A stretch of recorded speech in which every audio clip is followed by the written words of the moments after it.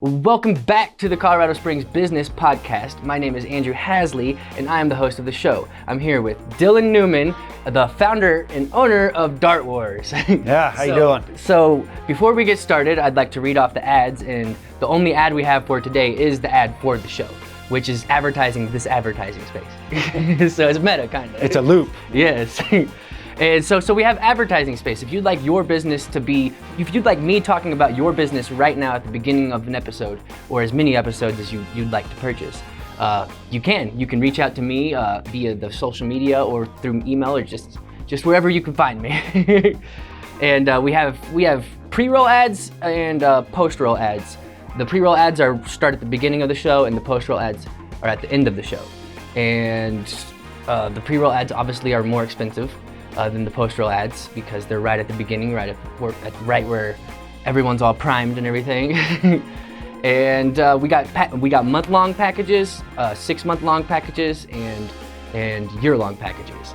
I think the year-long packages are still because as the show's reach grows, the value is going to go up. So if you lock in what I'm currently charging for an entire year, you get that value for the entire year.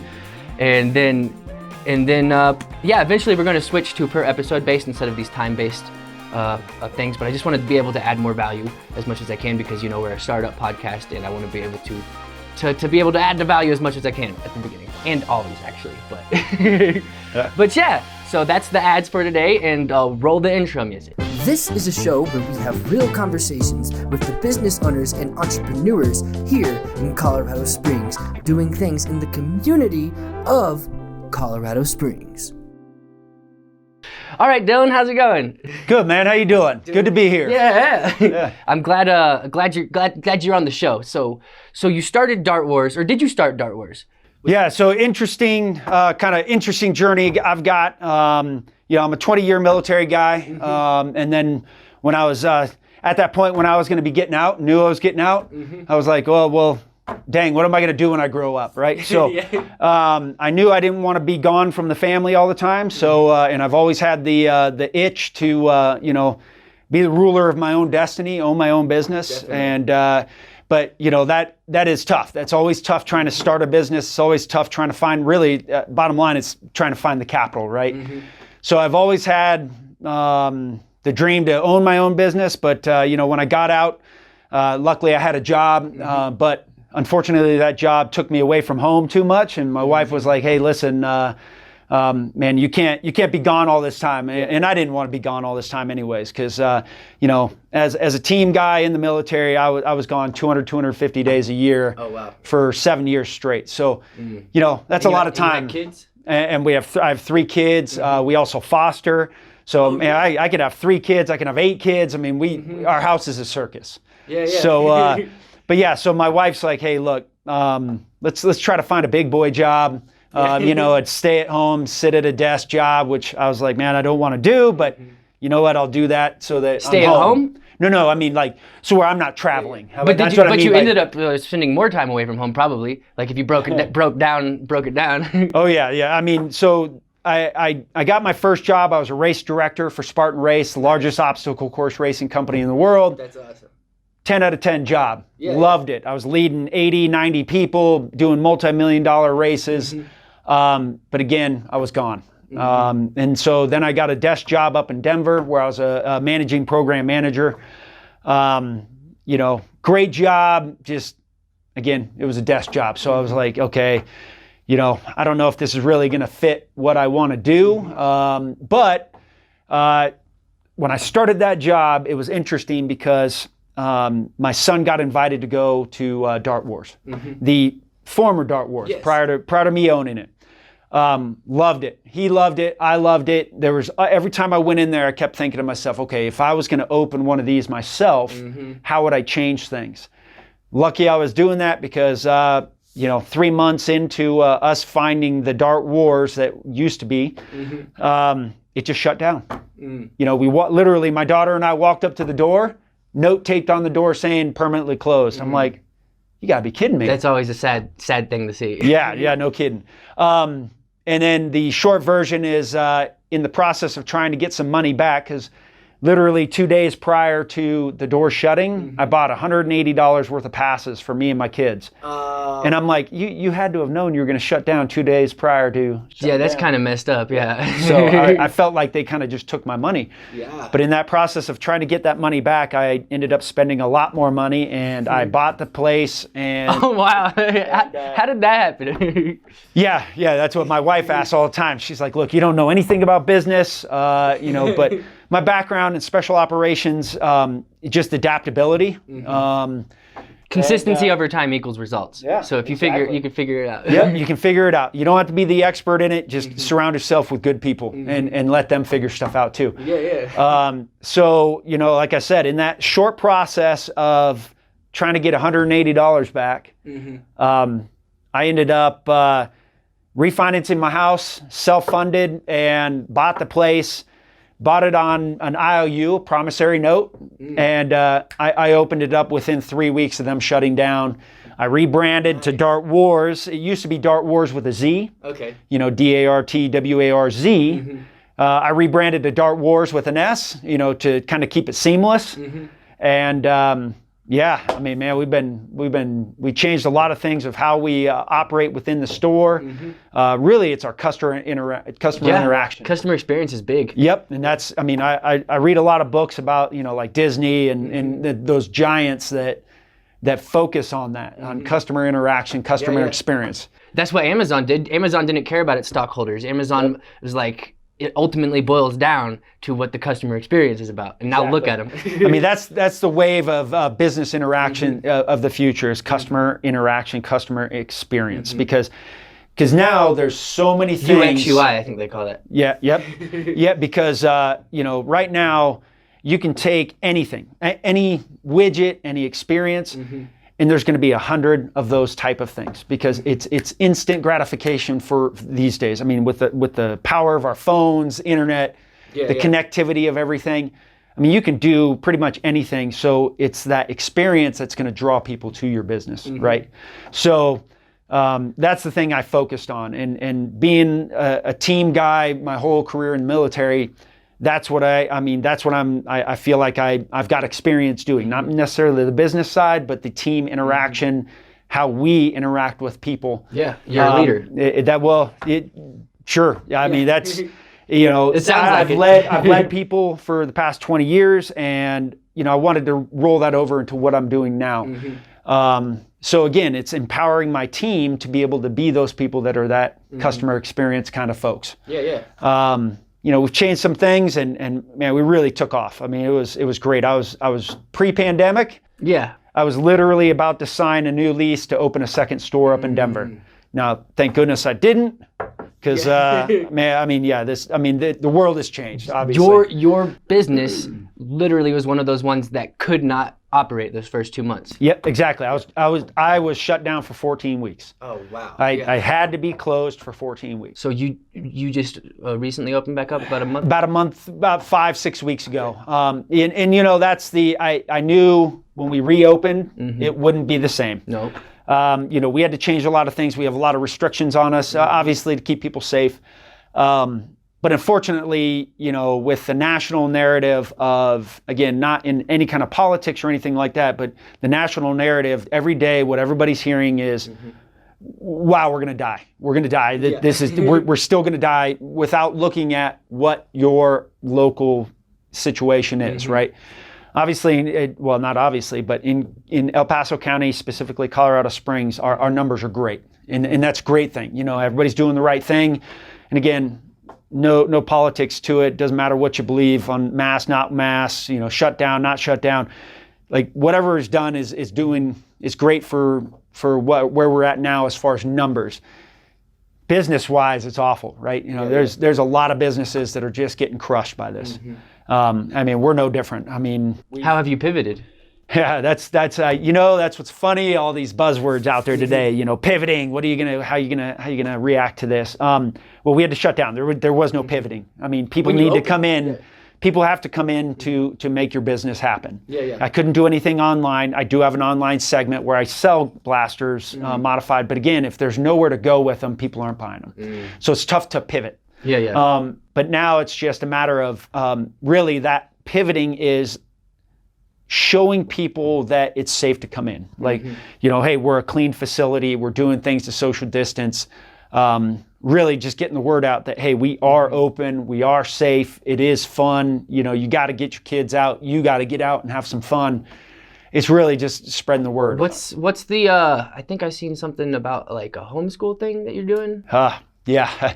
So my idea was, how can I help with the community? Because again, I've got 3 little kids, and it's just all over the map, and very uncertain their future of schooling, right? Yeah. And District 20 is one of the districts that gave a lot of options. And then just literally 2 days ago, they're like, hey, middle school, high school, you're going to start just online now, even though they had a different plan.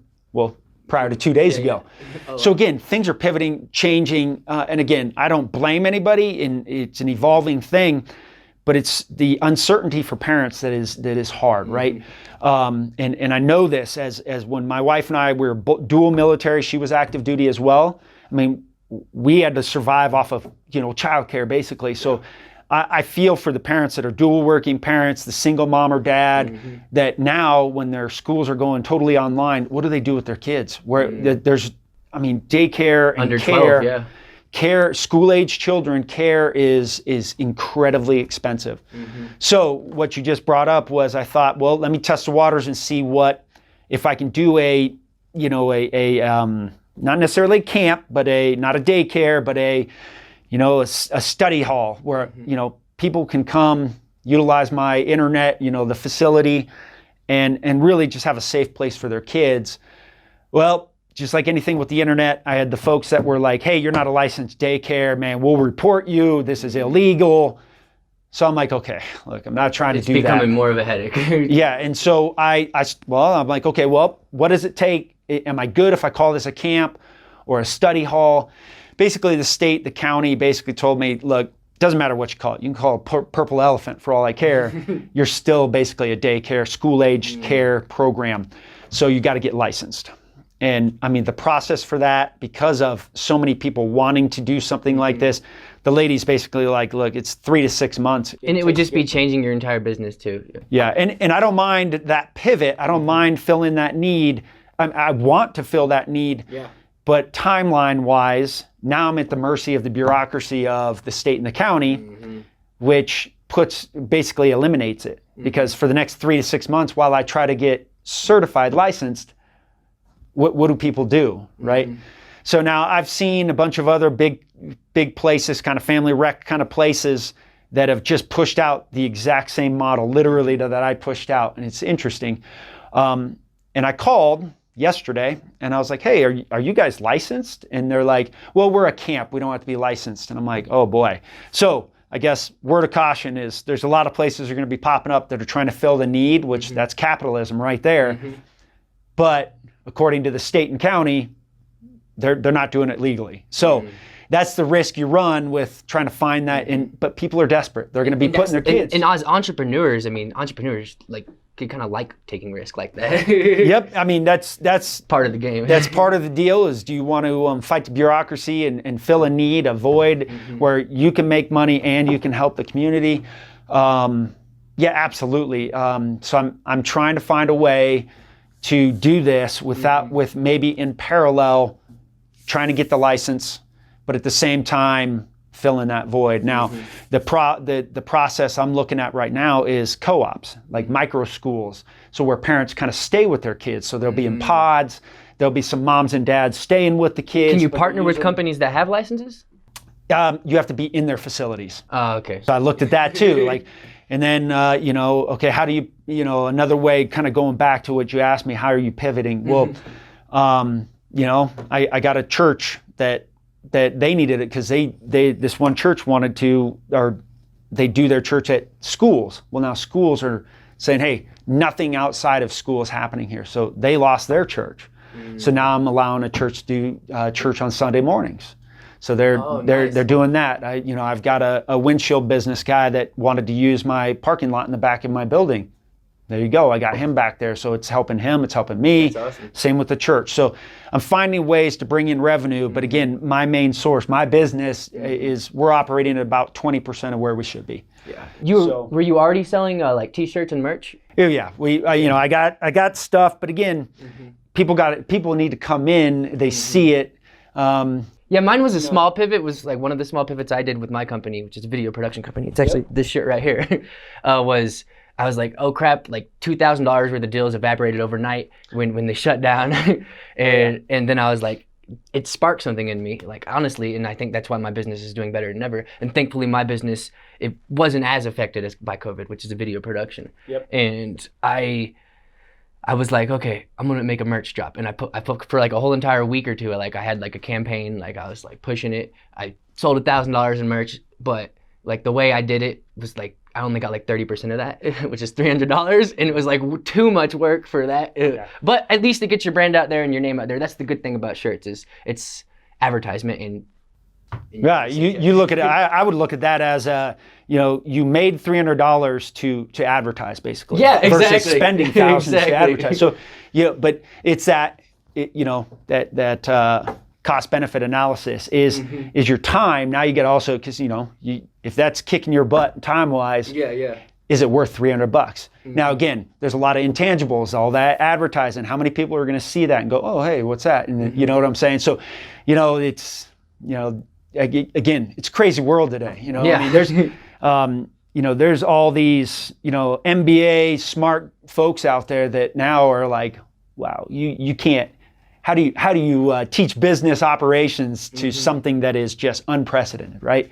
So that's where I think my background helps a lot to pivot, to change, because again, all plans are great up until first contact. That was kind of that's your mantra, and by that meaning, going into war or entrepreneurship, you could have the best plan in the world.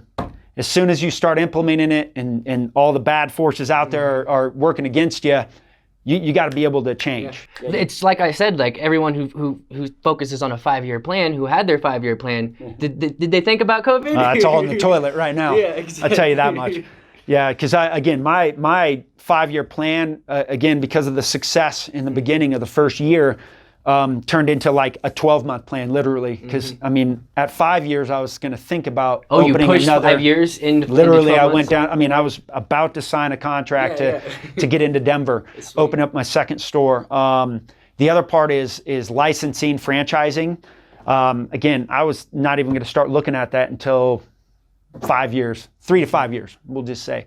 And Dart Wars would be an amazing franchise. I've had at least 20 to 24 folks, contacting me from all over the country to want a franchise license. And again, I'm still developing my plan because again, that's a lot of work. Like, developing. I'm going to go with a licensing independent operator model, kind of hybrid like a franchise. Because the difference between licensing and franchising is licensing basically, I let you use the name Dart Wars. You run your business. Basically, I don't help you much. You buy all the blasters. You buy everything. You're on your own. You just got to protect the name. You can't change the coloring patterns. You can't do. You just get. That's all I care about, right? If you're a licensee, a franchise is way more control. I hand you an ops manual. You have to follow that ops manual to the T, or I can basically, fire you in the sense of you can't be a franchise anymore. So think Chick-fil-A, McDonald's. Again, you go to a McDonald's, you're getting the same thing everywhere you go, right? That's the premise of franchising. Well, my independent operator model is kind of the in between because again, my background, I love the centralized control, decentralized execution. Like I want to operate my team or my business based on my current environment, where I'm at, So I love that model. So if I do a franchise, that's not the case because again, they have to do everything I say. I don't want that. I want to get people in that are independent thinkers and operators. So it's that model where I'm going to be providing the business in a box with the ops manual. and this is a suggestion. Look, this is how we're successful. This is what we need to do. You're not micromanaging anything. Exactly. And then there's, a couple intricacies in there, but the bottom line is it's more of a license agreement, independent operator. And I've got one person that is all the way at the stage where we're signing documents. So, I mean, this is happening, and Is that Texas. in the state? Texas? Okay. Yep. So I've got one person, that's at the stage of we're signing stuff. And I got 2 or 3 that are in the interest stage in Texas alone. And I mean, I've got Arkansas, Alabama, Illinois, all over the place. Singing the national anthem. Right? So yeah, it's pretty interesting that, that's happened really rapidly. Yeah. Now, again, a good thing catches. Oh yeah, but the bad thing, obviously, COVID, right? So now people it's not a great time to start a business, especially this kind of business. But it takes 3 to 6 months, roughly, to get that going. So I think all the people that are kind of waiting in the wings right now, once this starts to go the other direction, I really hope that's going to be the other side of my business, is that licensing, franchising side, and I'm excited about it. So getting Dart Wars cross country, is hyper accelerated versus what my original plan was. And how's how do you make money off the deals, the franchise, or the? Yeah, so I have it situated where you buy into it. So, you pay the licensing fee, right? So you pay your licensing fee, so that money comes to me. And then it's a royalty after that. So a monthly royalty. Okay. So basically, when they open their store, based on the percentage that you sign up with, that's what you have to pay me to be able to be a Dart Wars. Just like any franchise license out there, you're paying that royalty to get that business in a box, which that's what people crave. People, and that's the value that you're bringing with the franchise. Exactly. Because again, first thing I would ask is, okay, for that franchising fee and for that monthly royalty, what do I get? And it's spelled out. Did you get a business in a box when you acquired this? Yes and no. Okay. So. Yes, it was already established because, again, Dart Wars with a Z was already operating since 2014. So it was already, there was just a lot of things that needed to be changed, but in essence, it was already established, right? So that was a good part. The bad part was all the negative side to what they were doing. So I had to combat all the negative stuff to show, hey guys, everybody, I am not the previous ownership. Like, here's who I am. This is what we're going to bring you. So again, I probably poured through 3,000 plus reviews, and I think I literally responded to every one of them. That's crazy. To say, hey, this awesome. is who I am. I know this review is from 2016, but hey, would love for you to give us a chance. That's fantastic. And I think half of them disappeared. Like literally, I think people took their review off, and I think people came in and gave it a shot and then wrote a new review. So that took me a lot of time, but it was well worth it. 100% worth it. Yeah.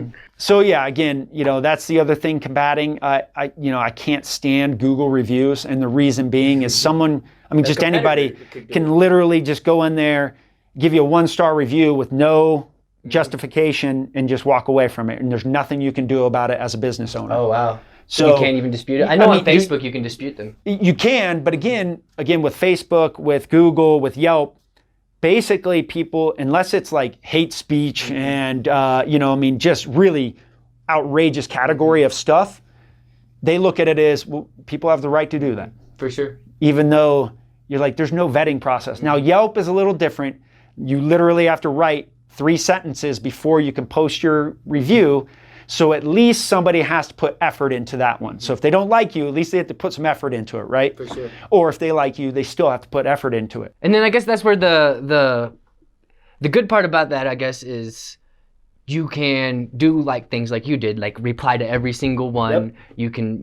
You can work to make it a better rating, I guess. Absolutely, yeah. And it's interesting. My wife, when I respond to some reviews, I've gotten to the point where I show her the response. She's just like, what are you doing, knucklehead? And I'm like, that's what I want to say. Exactly. But, she's my kind of sounding board to be constantly professional. That's She's what I your tell PR. my team. Oh, yeah. That's what I tell my team. Like, it's frustrating. And even if you are 100% right, you still have to be professional. Even if they're 100% wrong, be professional. Again, I don't necessarily like the age-old adage of the customer's always right, because they're not. No, There's people It's that are outdated. dead wrong. And when you're wrong, you're wrong. But you can still be professional 100%. You can take ownership for every piece of it. And I truly believe there's a slight bit of truth in everything. Like even if they give me a awful review and I read it and I'm like, but wait, that's not true. But that was their perspective at the time, and right? maybe they're mad or upset about something. And of course, whatever it may be, you know what? We can learn from this. We can move on. We can, if I read it and I still know it's not necessarily true, it's something for us to always be aware of, right? What's cool is you can reply to it. So it's always how you respond to the negative reviews. People, because when someone goes and looks at that, they see this person wrote a negative 1-star review, it's like really mad, and then they see your response, like. It's got to be professional. Exactly. Now, I mean, I guess the good thing is I don't have a whole lot of 1-star reviews, but I mean, if you're a business owner, you're gonna get them. I mean, it's inevitable. You just got to learn from them, move on, and keep trying to get better. So I don't mind feedback. I really don't. I want feedback. So I can know what is right and wrong, what people like, what people don't like, so I can adjust. Yeah. Exactly. Yeah. So I don't take it personally, but.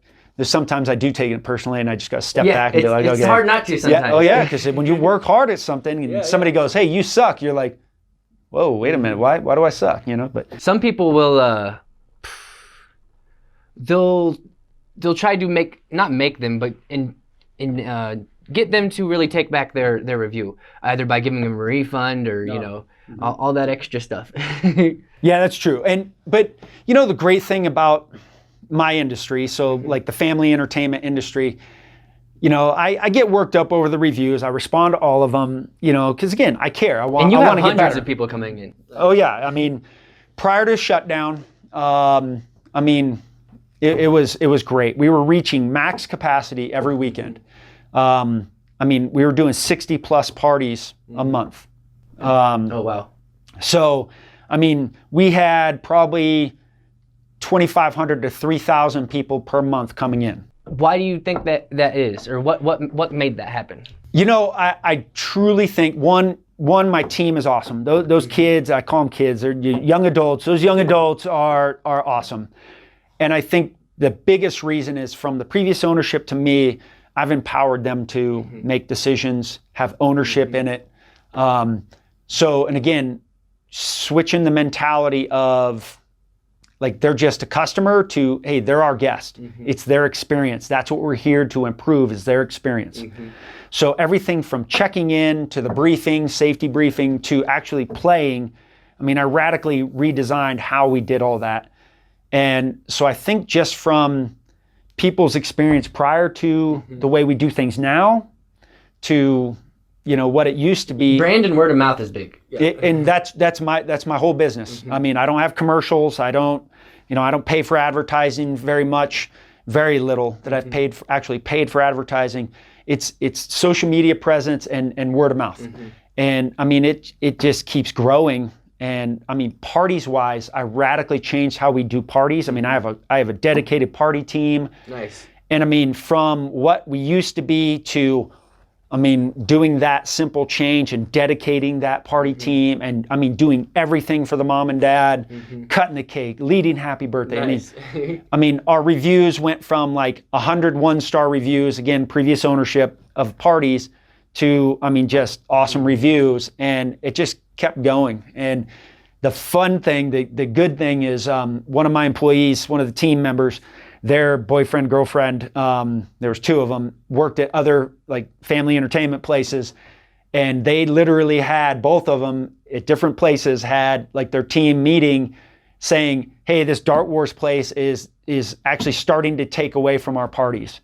So I was like, sweet. that is great. Again, Yeah. I don't know the validity of it, but again, it was from their significant other that, was like, oh, it's funny. Hey, they're talking about you at our place. And I'm like, hey, there you go. That's what we need to be doing, right? We're doing something right. Yeah. So I think the biggest thing is just how we interact with the customer, right? They're guests and they're there to have a good time, right? And so we changed a lot of that interaction. And and then the word just gets out, and then I've been networking and getting out, and my kids are walking billboards at their school, and just stuff like that. So it's just now I feel like we're back to square one, where I felt like we were at the sprint stage. Now we're back at the crawl stage. Because again, just the environment we're in. Not only are people worried about going out still. The other part we have working against us is, we live in a beautiful place, right? And when it's a beautiful day out, you probably have more business in the winter. Absolutely. And well, the thing that made up for we'll call it the walk-in play in the summer last year, all the summer camps. Oh, okay. So Lifetime Fitness, Villa Sport, YMCA, all the school districts that were doing summer programs, they were all coming in for private parties. Nice. So that's what made up for the lack of walk-ins, because again, when it's a nice day, and then it's amplifying that effect now with quarantine and stay at home. People, instead of staying at home, people are just getting outside, right? So it makes it worse. So have you thought about creating like a battlefield outside? We could. I've thought about that. It's just not my niche. And to be able to truly do that right, the logistics wise is very cost prohibitive. To set up an outdoor arena, you have to have all you would have to really encompass the field with a netting, and so either I build that or buy something like that. Having the transportation to bring all that stuff to set up an outdoor field, having the extra gear to bring to an outdoor field, because again, we just shut off. Oh, that's just the video. The audio's still going. Oh, okay. I gotta fix this. We'll be fixing this soon, where I can record longer than 30 minutes, but it shuts off at 30 minutes. It's like you're done. I gotta do a camera hack on it and make it go past that stupid European tax laws. That's the reason why they have a limit on the 30 minutes, because it turns into a video recorder if it's past 30 minutes. Oh, gotcha. And so there's tax. But that's another story. Yeah. But so looking at that again, thinking pre-pandemic. Again, every weekend I was max capacity. Parties, we were running 9 parties a day on the weekend. So again, I didn't want to expand to the outdoor arena. We were doing great. This right now, that would be a way to try to pivot. But I've just been focusing on our operations, making sure we're doing everything right indoors. Because again, as we transition to... Well, hopefully since you were doing so well before COVID, it gave you a little bit of cushion. It did. We had cash on hand, so that's good. Luckily, I was in a good position, being retired from the military. I had my pension and all that kind of stuff. So, I haven't been taking a paycheck. I could have, but I just kept reinvesting it back into the business, because I thought, let me do 1 to 3 years, just putting it all back into the business. Thank God I did, because again, nobody expects everything to shut down for the whole, No one because normally people, your business either succeeds or it doesn't. It's black and white. Like, you either get the revenue or you don't. But nobody expected, hey, you have to shut down from the government, right? That's never happened in history, right? So again, luckily I had that cash on hand. I got the disaster loan, I got the PPP loan. I was about to say, thank God there was those two things. They did. Yep. And some businesses didn't even take advantage of that, and that's all right. But I've noticed that the businesses that did take advantage of it are doing all right. Yeah, you're able. It's that lifeline. Now, luckily, with this new legislation, maybe there's going to be a second round of that, because businesses need it. This is happening a lot longer than anybody really was ever, considering as far as business impact. And quite honestly, you look at major brands, big name people, Goliaths out there that are filing Chapter 13, Chapter 17, bankruptcy, consolidating, shutting hundreds of stores. This is a massive impact. Yeah. So for the little guy to be able to still, tread water, I'm happy. But again, it's scary, the fact that, this could last even, if things don't pick up in the wintertime when normally I'm very busy, then there's time to worry, because again, it's not a business model failure. It's a people just aren't going out, deal. So that's what keeps me up at night, if you will. But bottom line, I mean, we're doing the right things right now. And, again, I think with the background and the team's flexibility, we just, we're ready to pivot, to do what we need to do to keep going forward. Are you guys making enough money with the business? Well, like I said, right now we are at roughly 20% of where we were, apples to apples comparison last summer, last time this year to this time this year, which, I mean, that's not going to cut it. No. I mean, that's the bottom line. I mean, 20%. Consistently. Well, yeah, I mean, especially as we keep going. Now, again, I've been negotiating with my landlord. I've been, doing everything I can to reduce costs in every aspect. I mean, everything's on the table for reducing costs. And you just got to get creative with that, and then get creative with how do you bring extra revenue in. If there's any possible way to bring in extra revenue, you got to figure that out. So I've been doing all of that, but still, again, I still have cash on hand. We're making roughly 20%. I mean, that gets me 4 to 6 months of viability if I keep staying at 20%. But the good thing is, over the past 6 weeks, has it gone up? We'll call it 18%, crawling up. 19%, We'll call it crawling up. Okay. But I mean, it started out, the first week was roughly 8%. The next couple weeks was about 10%. So as long as it's going up, it's kind of going up, but it is going up. So that gives me some relief. Especially if you're coming out and doing things like podcasts, or going out and getting your name out and doing all that stuff. Yeah, just really letting people know that, hey, it's a safe place to come. It's a fun place, safe place to go. Again, trying to fill that void of helping people out with the homeschool stuff, because again, there's a lot of people in this town that, I mean, literally are terrified now because they have nowhere to go. In a week or two, school starts. 17th, again, depending on district, but roughly the 17th is when the first district will start school. So, and again, not pointing fingers at them, but they keep changing their models because, again, based off of the external stuff they're getting. So it really screws with parents, and, not having reliable care for your kids is incredibly stressful, because, again, what's that single mom or dad or that dual working parent, like, what are they going to do? Either somebody has to quit their job and then they can't afford rent and food, or single parents, they can't quit their job. So what are they going to do? So it puts people in a really bad position. So again, I'm trying to really focus on how I can meet that need, and, hopefully getting the word out about this, co-op kind of thing. Because again, that gets around the daycare issue, because moms and dads would be there. It doesn't necessarily solve the problem for dual working parents or for the single mom or dad.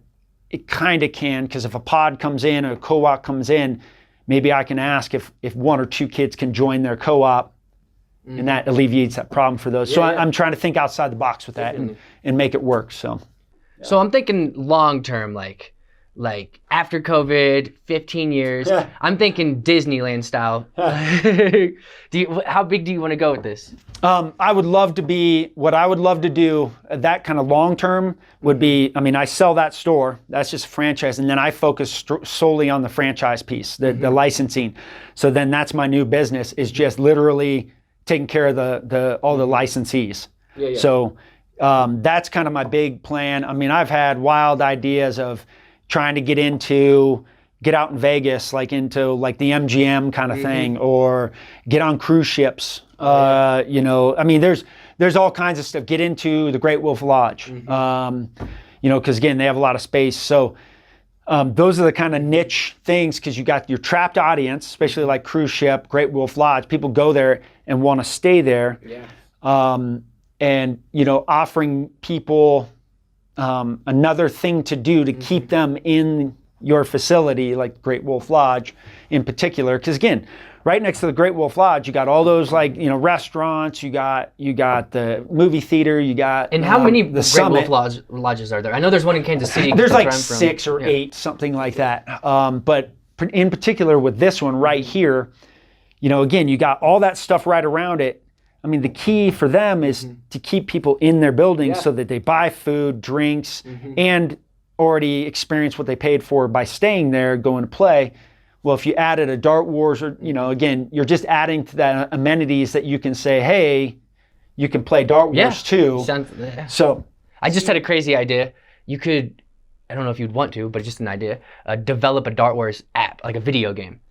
Yeah, I thought about that, but again, everything costs money, right? Yeah, so yeah. I wish I was an app developer, because there's ways to do stuff yourself. Like a Call of Duty style, but with Dart Wars. Yep. So I've even looked on the Google's Play Store, and Nerf does have something similar to that.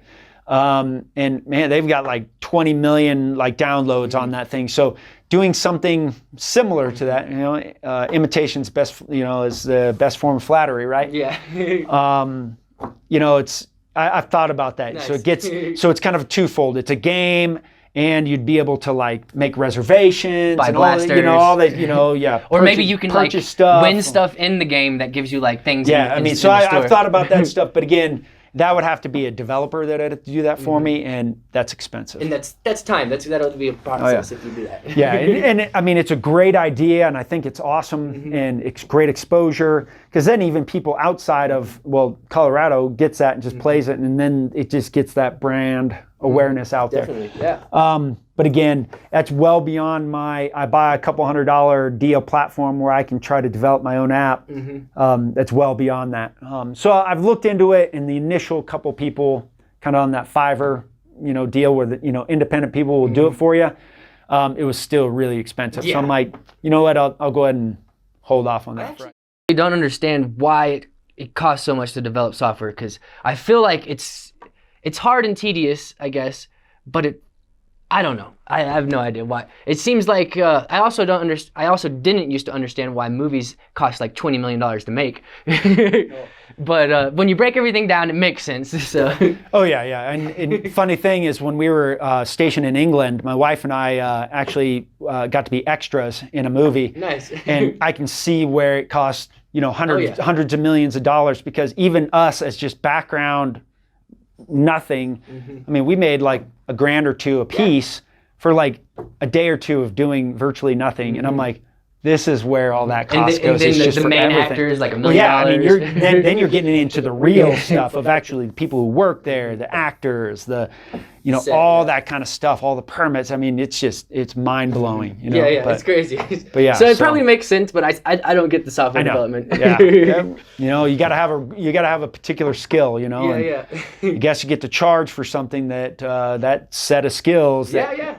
I can't do it, so I have to pay for somebody. So, and video production, it gets up there, just like I guess somebody could say, oh well, how an indoor Nerf battle ring can't be that hard, or making a video, that's not hard. And it's like, then do it, right? Exactly. But it is. It's a lot tougher, right? So yeah. Yeah. So Colorado Springs has a lot of military in it. We're surrounded by, I think, 5 military bases. Yeah, there's let's see, Fort Carson, Schriever, Peterson, the Academy, and then you got Buckley, and so yeah, I mean, there's a huge military presence here. So I know that there's going to be a lot of people listening to this podcast that are probably military and want to start businesses themselves. Has the military been any assistance with you with starting your business? Has that had any? I would say my background, absolutely. I mean, without a doubt, without the the discipline and the stuff that I did in the military, I mean, this would have never happened. I mean, again, trying to start your own business, it's tough, and especially brick and mortar. You're competing against other family entertainment places or whatever your niche is. I mean, there's a lot to it. The administrative side, the taking care of your team side, and then you got whatever your product is, right? Yeah. But without a doubt, my background, the 20 years that I spent in, I mean, it develops that ability to have that discipline, to figure problems out. Again, in the military, you're constantly throwing problems, whether it's deployed, not deployed. I mean, problems happen all the time, and you're very fiscally constrained or manpower constrained.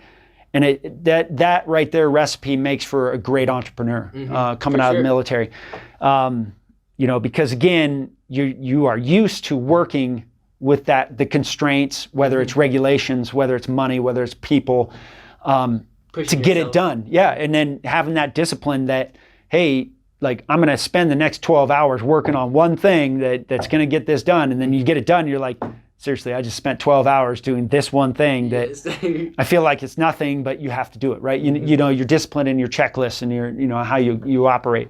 And, you know, especially for folks that retire, you know, you got that extra pension to kind of fall back on while you're developing your business. You know, just getting out of the military is tough for people because, again, you're jumping into a world where on the civilian side of the house, people have been doing what you want to go do for years. So now you're competing with somebody that, you know, has been with that company or been doing it for, you know, 10, you know, 6, 10 years or even 20 years. And, you know, I was kind of in that mindset, oh, well, I'm military, man. People are going to be wanting to hire me all over the place. Yeah, that's not the case. Like you gotta sell yourself just like anything else and realize that there's a bunch of other people you're competing against. So you gotta be really prepared for it. But yeah, without a doubt, the military really, I think, set me up for success versus a traditional, like I go get my MBA, have book smarts on, you know, hey, this is what the MBA provides you and how to do business. I mean, I think especially within the special ops world, I mean, you got to be flexible. There's chaos all the time. And a lot of times you're asked for overwhelming tasks that you have to, no fail mission, you have to do it. And it's kind of like being an entrepreneur. You either fail or you don't. You know, you gotta keep pressing forward and adapt, and your way may not be the best way, and you know, all that kind of And you know, I constantly failed at the beginning. I'm constantly failing all the time, you know? Like just 2 episodes ago, I dropped my audio and my audio was bad on the episode. But the guest audio is good. And you know, I was just so bummed about it because it's like, man, there's always one thing. But as I keep doing it more and more, it's like, those little things are going to evaporate. As long as you learn from them, they're not failures, man. Exactly. I mean, they're just things that help you learn. Even successes, and that's the tough thing with success. It's hard to remember those because you're like, everything's great. You know, when something sets you back, a failure, it's ingrained in you, and you're like, okay, I'm not doing that again, right? For sure, yeah. So, you know, I mean, it's there's been a lot of decisions that, you know, we're going along and I'm like, yeah, this is the way we're going. And then like literally the next day I'm like, no, we're going this way. Yeah. Okay, nope, now we're going this way. You know, so it's, you know, you can't have the ego. And I think that's the big thing about military too, my time in and my personal experiences. You know, you put your ego aside for a lot of things and you're not going to be right all the time. You know, as much as we all want to be right 100% of the time, it's not going to happen. For sure. So you can't have the ego to not adjust course, right? You know, so you're constantly moving. And I think that's what, you know, for military folks, I think, and it's anybody too, but just from my experience with military folks, and that was my life for over 20 years is, you know, you get that ingrained in you that you got to adapt and overcome and make things happen. And are you from Colorado Springs? I am not. I'm originally from a little beach town in California, San Clemente, California, just north of San Diego. So yeah, I was born in San Diego, grew up in San Clemente. And then I actually went to the Air Force Academy. Okay. And then so I was there at the Air Force Academy, then been stationed all over the world. And then you remembered this place and you're like, I like it? I actually got to spend my last assignment before I retired back at the Academy. Nice. So, you know, it was full circle. And yeah, I knew I wanted to end up back here because, yeah, I love Colorado, love the Springs. How long you been out here? We've been here a little over 6 years now. Oh, sweet. So yeah, we're in Dark getting Wars, there. how long is 1 year. Oh, Well, a little over a year now. So I opened the doors the 28th March. So the end of March is when I opened the doors. And then basically the beginning of March is when I had to shut the doors for 14 weeks, you know, in essence. Yeah, so it's basically been a year. It's been a year if you take out those 2 months, really. Yeah, I've been open. And I just recently received a National Veteran Business Owner of the Year award, so that was pretty cool. That is cool. Really unexpected, but that was really neat. And you know, what I'm proud of my team about is, I mean, just being open less than a year, we received 4 Best of the Springs awards too. Wow. So yeah, so I was just like, man, we're jumping in head first. Yeah, so the team was doing awesome. So yeah, I mean, 4 Best of the Springs awards with powerhouses like national brands. I was like, man, that's pretty impressive for fantastic, yeah. a tiny little store just in Colorado Springs, right? Definitely doing something right. So I mean, the team, I credit that with the team. I mean, they are an awesome group of young adults, and again, I keep calling them kids, but they're not kids. I'm 28 and I call 21-year-olds kids. Yeah, I'm not 28. So, Yeah. but yeah, so I mean, we're doing something right. And it's great that I've been doing a lot of effort to focus that, packaging what we're doing right to be able to build it into a national brand, hopefully over the next 3 to 5 years. So I'm excited about it. Yeah. So I know you do things for the community with foster care stuff. Yeah. I'd like to kind of touch on that and how you got into that and why you got into that. Yeah, no, that's a great question. So our journey, me and my wife, my family's journey for fostering. We started thinking about it a few years ago, years back, before my third daughter was born. And, because we were having some complications and we're like, hey, is this kind of the universe telling us like there's kids out there that need help? So we started thinking about it. Then we had Ella, our third kid. So obviously that diverted our attention. Then we got here, and again, being military, we were moving every couple years. We got here, we figured this was a place where we're growing roots, and out of the blue, my wife was like, hey, what do you think about fostering? And I'm like, wow, that's out of the blue, but I mean, there's never a perfect time. I mean, it's chaos, it's hard. You got to sacrifice a lot. Your kids have to sacrifice a lot. And a lot of these kids probably have trouble. But then you think about these kids that need the help. I mean, it puts that all to the side. I mean, there's these kids that are facing so much trauma in their life at such a young age. It's unbelievable. So that started our journey. We did that about almost 3 years ago, and as a foster family, and it's been rough. I mean, it's tough. You got these great kids that have just awful backgrounds. And you're just trying to show them love and give them a routine. Catch that spark in them while they're young. Let them know that they're loved and that they have a safe place, right? Because again, they come from backgrounds from incredibly tragic to, it's just crazy the amount of need there is in El Paso County. It blew my mind when we were going through training. Oh, wow. But so when I opened Dart Wars, I'm like, okay, I don't want this just to be me trying to, get as much money as I can. I mean, everybody loves money, right? I mean, you need money to survive. But I was like, okay, how do we give back as part of an organization, be a part of the community? And really, it's that foster side of the house. So, I've raised thousands of dollars for a foster agency. I've, done a toy drive. Again, I've only been open a year. So I've started those programs. I do a foster family night. So where foster families can come in, they pay $25 for their entire family to play for 3 hours, and they get pizza. How much does that usually cost?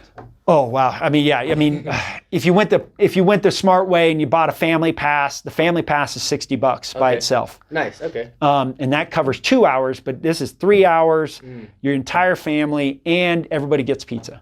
Sweet. And it's $25 per family. Again, I'm not trying to really that. And you're still doing that right now? Oh yeah. We restarted that just a few weeks ago for last month, July. We had our first one back. Now there was only a couple families that came. Sure. Again, I expected that, but again, just getting the word out that hey, let's get back to normal. If you feel comfortable doing that. But so we do a foster family night, and really that money goes to cover what it costs me, and I kind of lose money on it. But again, I do it for. There's nothing better than seeing a foster kiddo or any kid that gets to go out there and just be a kid. Like, man, none of their troubles, none of their, what they're going to therapies for, man, it doesn't matter out there. They're just playing. And when a kid plays, they're smiling, having a good time. That's really what it's about. But the biggest part, and that's great. I love doing that. But the biggest part is I've hired foster teens. I focus on trying to hire those kids that haven't been given those opportunities, that a lot of employers go, man, you're too much of a risk. And I take them in and I do that. And I've partnered with a nonprofit called 2Core. They basically have foster kiddos or other troubled teens that are basically in group homes and stuff like that are about to age out. And they've got really no skills. So what's going to happen to them in the system, right? You've got no skills, you've got no way to get a job, and you can't hand a resume to anybody and say, hey, at least I've done these jobs. Well, that's what 2Core does, is partner with businesses throughout Colorado Springs And, I basically sign up as a business to say, yes, we're going to coach, mentor, and get this kid, ready for when they have to face the world on their own. Yeah. And it teaches them the responsibility, having to be on work on time, do the job right. They're in charge of their own, payroll stuff. Because again, 2Core pays for their payroll, but the kid is responsible for getting the paperwork to myself or my manager. We have to sign off on it. Then they have to get it back. So again, teachers responsibility. We're providing that mentoring and coaching. I think that's the biggest part that I love about what, being able to have a Dart Wars, have a business, is to be able to provide for, either that one or two kid that it may not be able to get that leg up, and they're doing great at Dart Wars. So that's what I love about that. So that's really awesome. Our social impact side. Yeah. It doesn't seem like a whole lot, but when you affect one kid's life like that, it's cool to see. Definitely. I 100% agree. Yeah. So that's our social impact side of the house, and just really trying to grow that, and provide a free birthday party for foster families a month, doing the foster family night per month, and then again, the biggest part is employing those kids that need that experience. So that's kind of the three prong of what I've decided to do with Dart Wars and integrate it into the community. That's fantastic. I think that's awesome. You're doing an amazing job. I think this business is going to continue to thrive and strive. Yeah. Appreciate it. Yeah, I hope so. Yeah. Again, difficult times. Everybody's taking it to the teeth, but just got to keep plugging forward, keep your head down, and make things happen. Yeah, and sometimes it's hard to get that motivation. Like I know a lot of people, a lot of people probably were, especially when your whole business just got shut down. It's like, how do I gain the motive? Thankfully for me, my type is it makes me go. I thrive in chaos, so it makes me go harder. But I could see easily getting depressed or getting out of the loop, and then that just will build. No other. It's hard on people. The stress of what's happening. The suicides, the negative effects other than just COVID that COVID's bringing. Yeah. It's rough. It can be scary because sometimes you can think is our society about to fall? Like that was a big fear for me at first. Like, oh crap, dude. Is this it? The biggest thing is, again, that drive to be successful. It's like, okay, look, at least it's funny. I kind of look at it like, well, nobody's trying to kill me right now. So this is tough, but I'm not going to go out there, go to Dart Wars and not come home. Right. Yeah, exactly. So I'm like, you know what? I'm It's not as chaotic as the media likes to. Yeah, that, and being downrange and people trying to kill you all the time. This isn't that. No, for sure. Granted, I could die getting hit by a car on the way to work, but the biggest thing is I turned that opportunity, those 14 weeks. We remodeled, we redid all of our bunkers. Nice. I kept about 4 or 5 folks on the payroll, to where, yes, I was sinking money into it, but again, all these huge projects that I was like, ooh, I'd love to do this.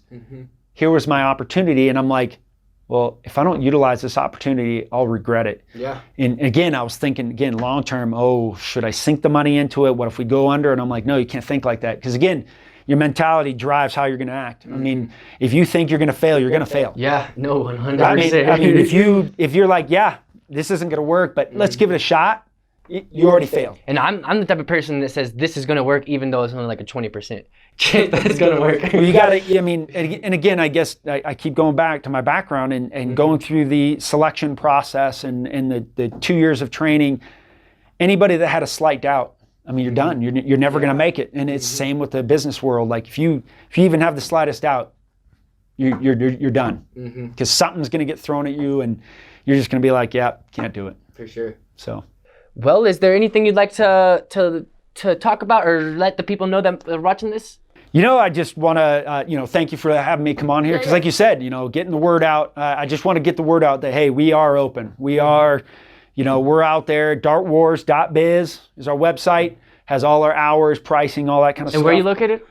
We are located at 5850 Championship View. So if you go down Powers, giant Costco right there off of Powers. Oh, you're right next to me. Right behind the Costco right there. You can't miss it. Sweet. But I just want to get the word out there that, hey, it's a safe, fun place to go, and I want people to come on out. Yeah. And you guys got some really cool big old blasters. Oh yeah, we got some really fun blasters. Yeah. So the funny thing is, a lot of parents come in and think, it's just Nerf, whatever, and they come off all sweaty, huffing and puffing like, that was so fun. Oh my gosh, I haven't moved around like that. Because again, you get out there, everybody gets in the moment.